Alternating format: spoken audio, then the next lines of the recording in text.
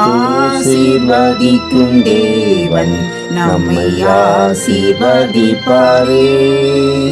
துதி ஸ்தோத்திரம் இயேசுநாதா, துதி உமக்கே என்றுமே. இன்று ஒரு வசனம்.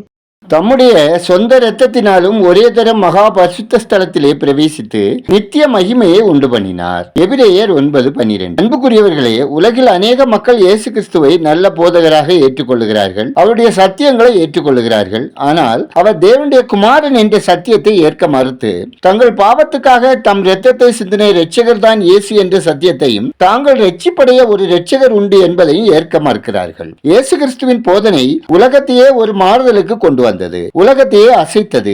மனித தத்துவங்களோ வேதாந்தங்களோ இசையோ கவிதையோ சாதிக்க முடியாத ஆத்ம ரட்சிப்பை இயேசு கிறிஸ்து மாத்திரமே கொடுக்க முடியும். நம் வாழ்வில் உள்ள பாவத்தின் கட்டுகளை இயேசு கிறிஸ்து மாத்திரமே அறுத்து எறிய முடியும். அவர் மனுஷ ரூபமாய் காணப்பட்டு மரண பரியந்தம், சிலுவையில் மரண பரியந்தமும் தம்மை தாமே தாழ்த்தினார். நம்முடைய பாவங்களுக்காக பலியானார். அவருடைய இரத்தத்தினால் மாத்திரமே நமக்கு மீட்பு உண்டு.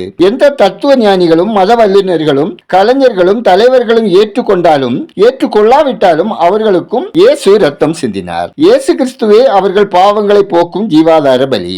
அதை ஏற்றுக்கொள்பவர்களுக்கே நித்திய ஜீவன். உலகில் வந்த எந்த மனிதனையும் ரட்சிக்கிற தேவன் இயேசு கிறிஸ்துவே. நாம் ஜெபிப்போம். எங்களை அதிகமாய் நேசித்து வழிநடத்தும் பரலோக தந்தையே, ஆசீர்வதிக்கப்பட்டதான இந்த நாளுக்காய், இந்த நாளின் வசனத்துக்காய் நன்றி சொல்லுகிறோம். இயேசு கிறிஸ்துவின் ரத்தமே எங்கள் பாவங்களை போக்கும் ஒரே வழி என்பதை மனுக்குலம் அறிந்து கொள்ள கிருபை செய்யும். எத்தனை ஞானிகள் போதித்தாலும் கொடுக்க முடியாத விலையேற பெற்ற ஆத்ம ரட்சிப்பை இயேசு கிறிஸ்து மாத்திரமே கொடுக்க முடியும் என்பதை உங்க அன்பு பிள்ளைகள் அனைவரும் அறிந்து கொள்ள உதவி செய்யும். உம்மை ஏற்றுக்கொள்ளாத மக்கள் உம்மை கண்டுகொள்ளவும் ஏற்றுக்கொள்ளவும் கிருபை செய்யும். கர்த்தாவே, ஒவ்வொரு மக்களின் அப்பம், தண்ணீர், அனுதின தேவைகள் சந்திக்கப்படவும், தொழில், வேலை, வியாபாரம், விவசாயம் ஆசீர்வதிக்கப்படவும், ஆவி, ஆத்மா, சரீரம் குற்றமற்றதாக காக்கப்படவும் ஜெபிக்கிறோம். ஆண்டவரே, விடுதிகளில் தங்கி படிக்கிற, வேலைக்கு செல்கிற ஒவ்வொருவரும் உலக இச்சைகளுக்கும் கண்ணின் காட்சிகளுக்கும் தீய கண்களுக்கும் விலக்கி காக்கப்படவும், திருமணத்திற்காக காத்திருக்கும் பிள்ளைகளுக்கு ஏற்ற வாழ்க்கை துணை கிடைக்கவும், பிரிந்து வாழும் தம்பதியர் இணைந்து வாழவும், பயணம் செய்வோர் தேவ பாதுகாப்பை பெற்று அனுபவிக்கவும், பேறுகால பெண்களுக்கு சுகப்பிரசவம் உண்டாகவும், முதியவர்கள், வயதான பெற்றோர் பிள்ளைகளால் அன்பு கூறப்படவும் பராமரிக்கப்படவும் வழிநடத்த ஜெபிக்கிறோம்.